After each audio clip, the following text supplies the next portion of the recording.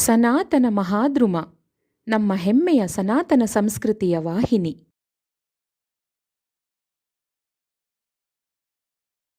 ಸನಾತನ ಧರ್ಮದಲ್ಲಿ ಮೋಕ್ಷ ಪ್ರಾಪ್ತಿಯೇ ಮಾನವ ಜನ್ಮದ ಅಂತಿಮ ಗುರಿ ಎಂದು ನಂಬಲಾಗಿದೆ. ಮೋಕ್ಷ ಸಾಧನೆಗೆ ಹಲವು ಮಾರ್ಗಗಳು. ತಮ್ಮ ಮನಸ್ಸಿಗೊಪ್ಪುವ ಧರ್ಮ ಮಾರ್ಗವನ್ನು ಸ್ವೀಕರಿಸಿ ಅನುಸರಿಸುವ ಸ್ವಾತಂತ್ರ್ಯ ಎಲ್ಲರಿಗೂ ಇದೆ.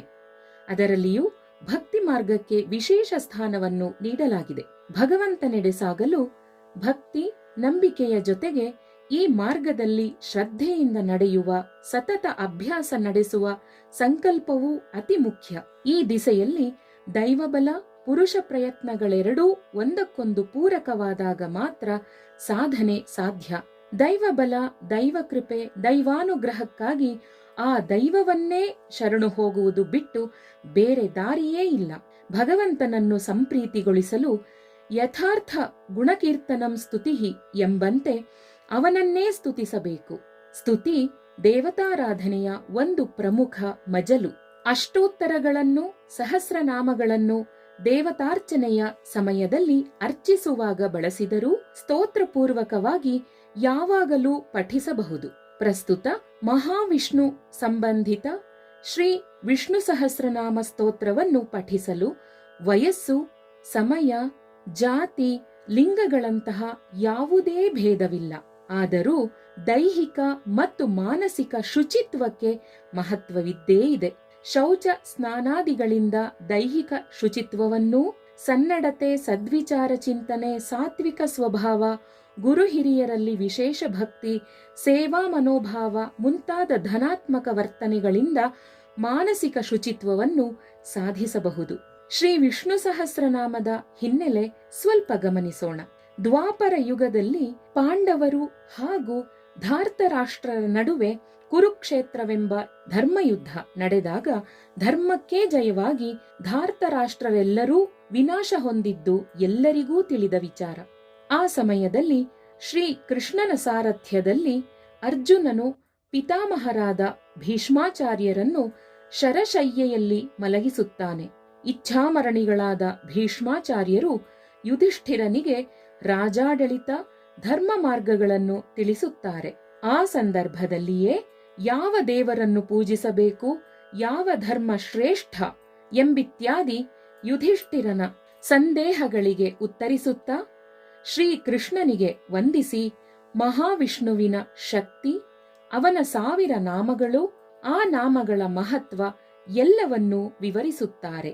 ಮಹಾಭಾರತವನ್ನು ರಚಿಸಿದ ವೇದವ್ಯಾಸರು ಈ ಎಲ್ಲವನ್ನೂ ವಿಶದವಾಗಿ ತಿಳಿಸುತ್ತಾ ಮಾನವ ಕುಲದ ಉದ್ಧಾರಕ್ಕಾಗಿ ಶ್ರೀ ವಿಷ್ಣು ಸಹಸ್ರನಾಮವನ್ನು ನಮಗೆ ನೀಡಿದ್ದಾರೆ.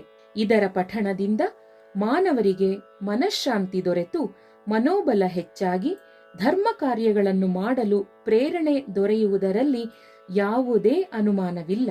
ಉದ್ಯೋಗದಲ್ಲಿ ಅಭಿವೃದ್ಧಿ, ವಿದ್ಯಾಲಾಭ, ನೆನಪಿನ ಶಕ್ತಿ ಹೆಚ್ಚಾಗುವುದು, ವಾಕ್ಪಟುತ್ವ, ಪ್ರಜ್ಞೆ ವರ್ಧಿಸುವುದನ್ನು ಪ್ರಮಾಣಿಸಲಾಗಿದೆ. ಎಲ್ಲರಿಗೂ ಕಲಿಯಲು ಅನುಕೂಲವಾಗುವಂತೆ ಪ್ರತಿ ಸಾಲನ್ನು 2 ಬಾರಿ ಪಠಿಸಲಾಗಿದೆ. ಅ ಮತ್ತು ಹ ಅಕ್ಷರಗಳ ನಡುವಿನ ವ್ಯತ್ಯಾಸ, ಅ ಮತ್ತು ಆ ಗಳಂತಹ ಹ್ರಸ್ವಸ್ವರ, ದೀರ್ಘಸ್ವರಗಳ ನಡುವಿನ ವ್ಯತ್ಯಾಸ, ಕ ಮತ್ತು ಖ ಗಳಂತಹ ಅಲ್ಪಪ್ರಾಣ, ಮಹಾಪ್ರಾಣಗಳ ನಡುವಿನ ವ್ಯತ್ಯಾಸ, ಶ ಮತ್ತು ಷ ಗಳ ಉಚ್ಚಾರಣೆ, ಒತ್ತಕ್ಷರಗಳ ಉಚ್ಚಾರಣೆಗಳನ್ನು ಗಮನಿಸಿ ಒಂದೇ ಶ್ರುತಿಯಲ್ಲಿ ಪಠಿಸುವುದರಿಂದ ಪ್ರತಿ ನಾಡಿಯೂ ಶುದ್ಧವಾಗಿ ದೈಹಿಕ ಮತ್ತು ಮಾನಸಿಕ ಆರೋಗ್ಯದ ಅಭಿವೃದ್ಧಿಯಾಗುವುದು ಶತಸಿದ್ಧ. ಪ್ರಾರಂಭಿಸೋಣ. ಓಂ ಶುಕ್ಲಾಂಬರಧರೋ ವಿಷ್ಣುಂ ಶಶಿವರ್ಣಂ ಚತುರ್ಭುಜಂ. ಓಂ ಶುಕ್ಲಾಂಬರಧರೋ ವಿಷ್ಣುಂ ಶಶಿವರ್ಣಂ ಚತುರ್ಭುಜಂ ಪ್ರಸನ್ನವದನಂ ಧ್ಯಾಯೇತ್ ಸರ್ವವಿಘ್ನೋಪಶಾಂತಯೇ. ಪ್ರಸನ್ನವದನಂ ಧ್ಯಾಯೇತ್ ಸರ್ವವಿಘ್ನೋಪಶಾಂತಯೇ. ನಾರಾಯಣಂ ನಮಸ್ಕೃತ್ಯ नरं चैव नरोत्तमं नारायणं नमस्कृत्य नरं चैव नरोत्तमं देवीं सरस्वतीं व्यासं ततो जयमुदीरयेत्। देवीं सरस्वतीं व्यासं ततो जयमुदीरयेत्। व्यासौ वसिष्ठनप्तारं शक्तेः पौत्रमकल्मषम् व्यासौ वसिष्ठनप्तारं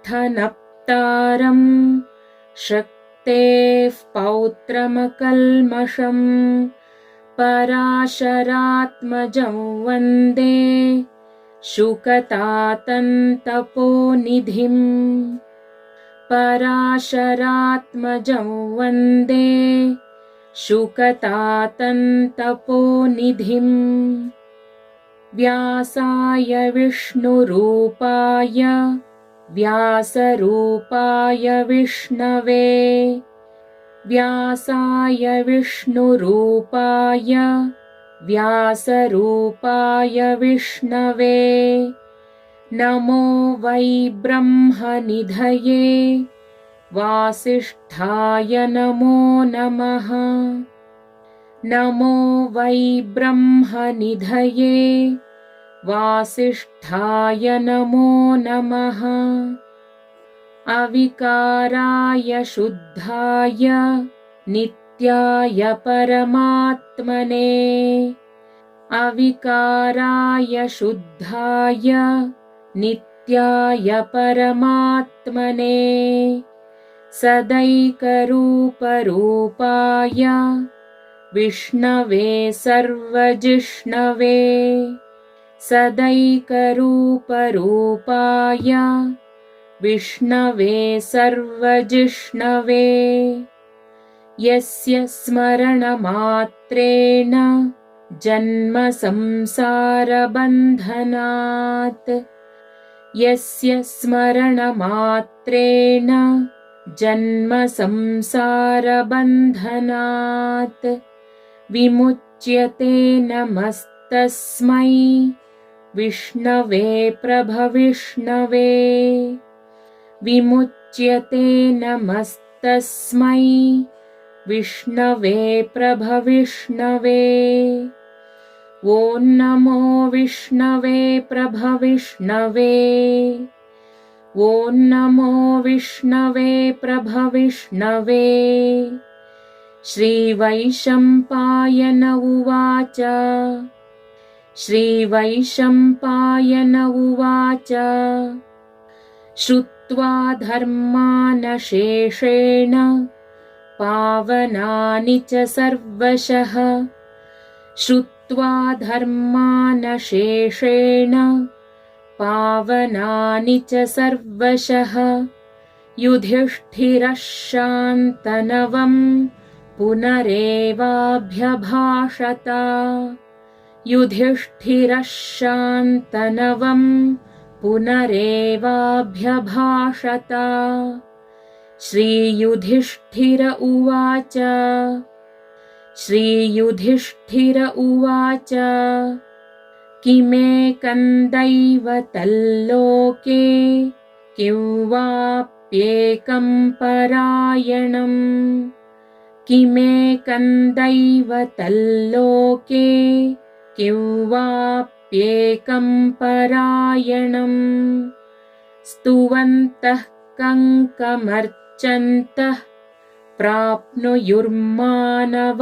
शुभम् स्तुवन्तः कङ्कमर्चन्तः प्राप्नुयुर्मानवाः शुभम् को धर्मः सर्वधर्माणां भवतः परमो मतः को धर्मः सर्वधर्माणां भवतः परमो मतः किं जपन्मुच्यते जन्तुर्जन्म संसारबन्धनात् किं जपन्मुच्यते मुच्यते जन्तुर्जन्म संसारबन्धनात्। श्रीभीष्म उवाच श्रीभीष्म उवाच जगत्प्रभुं देवदेवमनन्तं पुरुषोत्तमम् जगत्प्रभुं देवदेवमनन्तं पुरुषोत्तमम् स्तुवन्नाम सहस्रेण पुरुषः सततोत्थितः स्तुवन्नाम सहस्रेण पुरुषः सततोत्थितः तमेव चार्चयन्नित्यं भक्त्या पुरुषमव्ययम् तमेव चार्चयन्नित्यं भक्त्या पुरुषमव्ययम् ध्यायन् स्तुवन्नमस्यंश्च यजमानस्तमेव च ध्यायन् स्तुवन्नमस्यंश्च यजमानस्तमेव च अनादिनिधनौ विष्णुं सर्वलोकमहेश्वरम् अनादिनिधनौ विष्णुं सर्वलोकमहेश्वरम् लोकाध्यक्षं स्तुवन्नित्यं सर्वदुःखातिगो भवेत् लोकाध्यक्षं स्तुवन्नित्यं सर्वदुःखातिगो भवेत् ब्रह्मण्यं सर्वधर्मज्ञं लोकानां कीर्तिवर्धनम् ब्रह्मण्यं सर्वधर्मज्ञं लोकानां कीर्तिवर्धनम् लोकनाथं महद्भूतं सर्वभूतभवोद्भवम् लोकनाथं महद्भूतं सर्वभूतभवोद्भवम् एष मे सर्वधर्माणां धर्मोऽधिकतमो मतः एष मे सर्वधर्माणां धर्मोऽधिकतमो मतः यद्भक्त्या पुण्डरीकाक्षं स्तवैरर्चेन्नरः सदा यद्भक्त्या पुण्डरीकाक्षं स्तवैरर्चेन्नरः सदा परमय्यो महत्तेजः परमय्यो महत्तपः परमय्यो महत्तेजः परमय्यो महत्तपः परमय्यो महद्ब्रह्म परमय्यः परायणम् परमय्यो महद्ब्रह्म परमय्यः परायणम् पवित्राणां पवित्रय्यो मङ्गलानां च मङ्गलम् पवित्राणां पवित्रय्यो मङ्गलानां च मङ्गलम् दैवतं देवतानां च भूतानायो व्ययः पिता दैवतं देवतानां च भूतानायो व्ययः पिता यतः सर्वाणि भूतानि भवन्त्यादियुगागमे यतः सर्वाणि भूतानि भवन्त्यादियुगागमे यस्मिंश्च प्रलयं यान्ति पुनरेव युगक्षये यस्मिंश्च प्रलयं यान्ति पुनरेव युगक्षये तस्य लोकप्रधानस्य जगन्नाथस्य भूपते तस्य लोकप्रधानस्य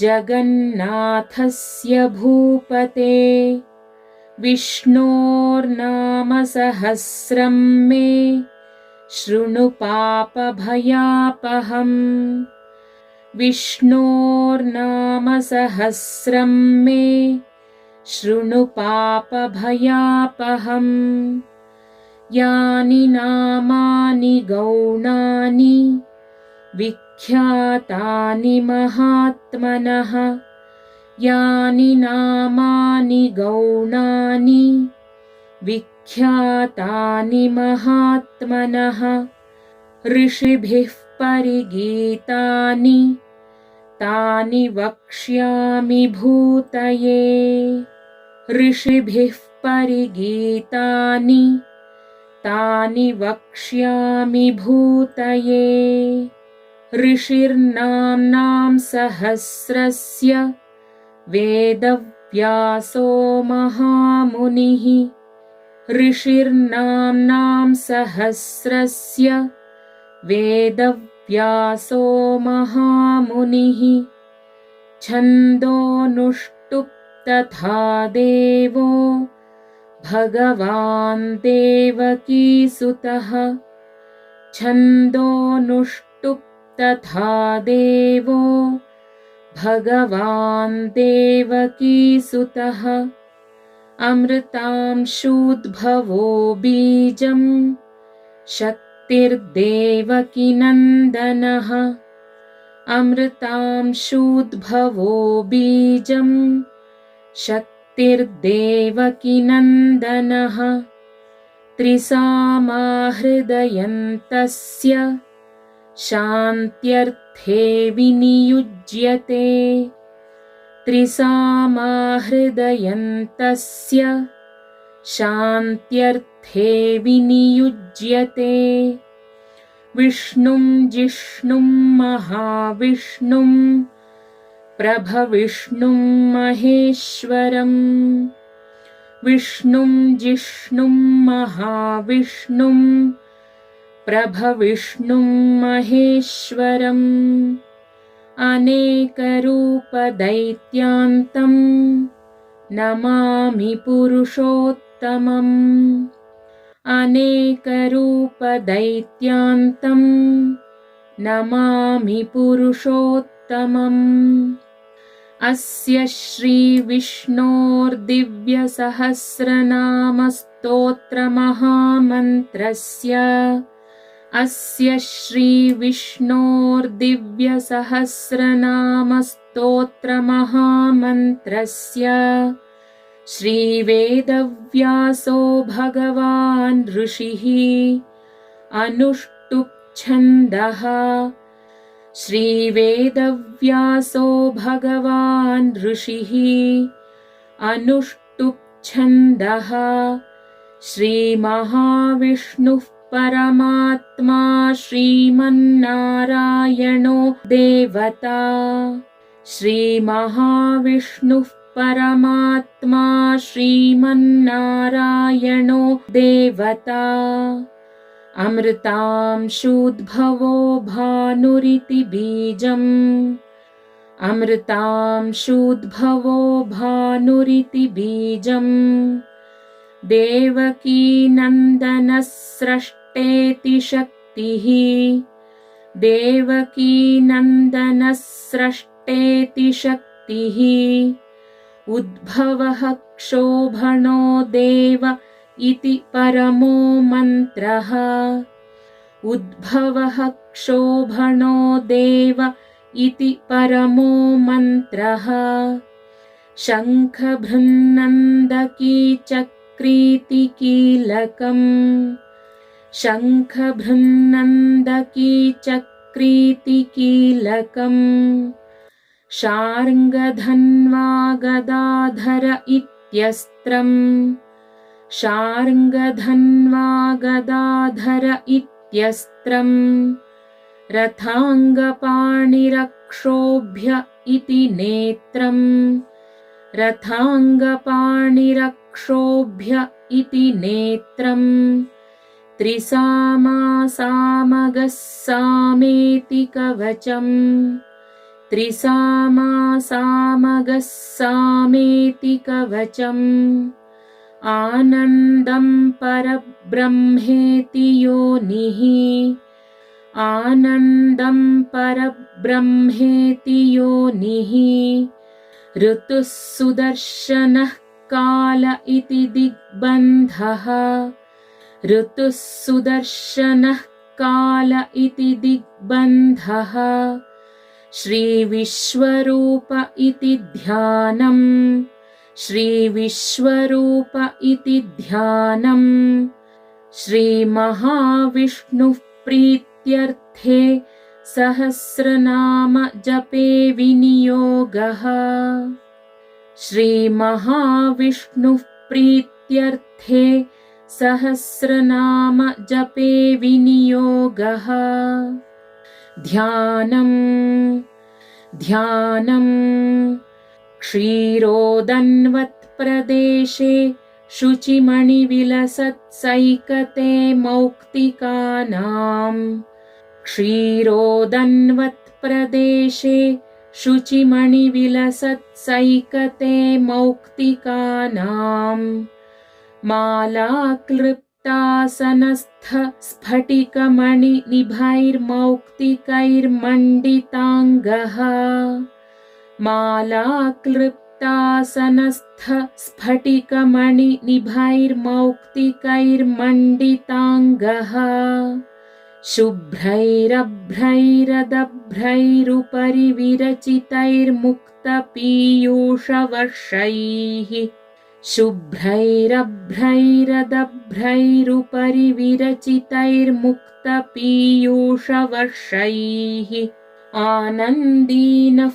पुनीयादरिनलिनगदा शङ्खपाणिर्मुकुन्दः आनन्दीनः पुनीयादरिनलिनगदा शङ्खपाणिर्मुकुन्दः भूः पादौ यस्य नाभिर्वियदसुरनिलश्चन्द्रसूर्यौ च नेत्रे भूः पादौ यस्य नाभिर्वियदसुरनिलश्चन्द्रसूर्यौ च नेत्रे कर्णावाशाशिरोद्यौर्मुखमपि दहनो यस्य वासोऽयमब्धिः कर्णावाशाशिरोद्यौर्मुखमपि दहनो यस्य वासोऽयमब्धिः अन्तस्थं यस्य विश्वं सुरनरखगो भोगिगन्धर्वदैत्यैः अन्तस्थं यस्य विश्वं सुरनरखगो भोगिगन्धर्वदैत्यैः चित्रं रम्यते तं त्रिभुवनवपुषं विष्णुमीशं नमामि चित्रं रम्यते तं त्रिभुवनवपुषं विष्णुमीशं नमामि ॐ नमो भगवते वासुदेवाय ॐ नमो भगवते वासुदेवाय शान्ताकारं भुजगशयनं पद्मनाभं सुरेशं शान्ताकारं भुजगशयनं पद्मनाभं सुरेशं विश्वाधारं गगनसदृशं मेघवर्णं शुभाङ्गं विश्वाधारं गगनसदृशं मेघवर्णं शुभाङ्गं लक्ष्मीकान्तं कमलनयनं योगिहृद्यानगम्यं लक्ष्मीकान्तं कमलनयनं योगिहृद्यानगम्यं वन्दे विष्णुं भवभयहरं सर्वलोकैकनाथम् वन्दे विष्णुं भवभयहरं सर्वलोकैकनाथम् मेघश्यामं पीतकौशेयवासं श्रीवत्साङ्कं कौस्तुभोद्भासिताङ्गम् मेघश्यामं पीतकौशेयवासं श्रीवत्साङ्कं कौस्तुभोद्भासिताङ्गम् पुण्योपेतं पुण्डरीकायताक्षं विष्णुं वन्दे सर्वलोकैकनाथम् पुण्योपेतं पुण्डरीकायताक्षं विष्णुं वन्दे सर्वलोकैकनाथम् नमः समस्तभूतानामादिभूताय भूभृते नमः समस्तभूतानामादिभूताय भूभृते अनेकरूपरूपाय विष्णवे प्रभविष्णवे अनेकरूपरूपाय विष्णवे प्रभविष्णवे सशङ्खचक्रं सकिरीटकुण्डलं सपीतवस्त्रं सरसीरुहेक्षणम्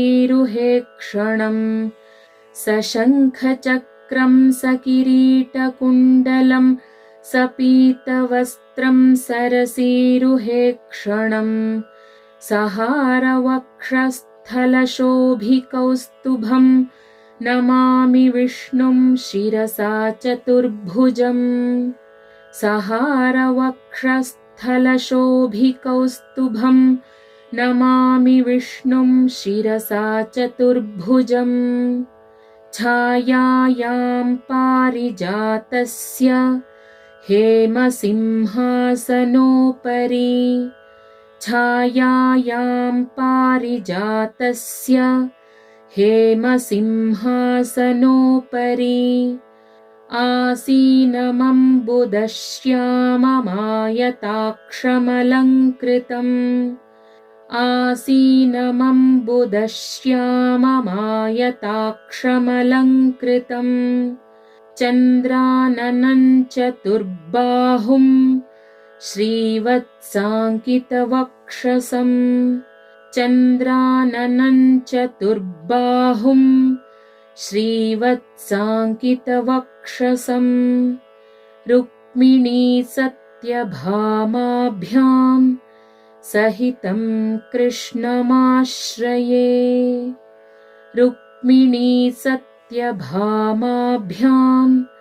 सहितं कृष्णमाश्रये. Thanks everyone for watching this video.